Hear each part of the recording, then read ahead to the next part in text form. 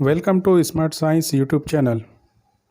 आज उन तमाम स्टूडेंट्स के लिए एक बहुत अच्छी खबर है जो इस साल 2021 में बोर्ड का एग्ज़ाम ख़ास तौर से नीट और जेईई की तैयारी कर रहे हैं।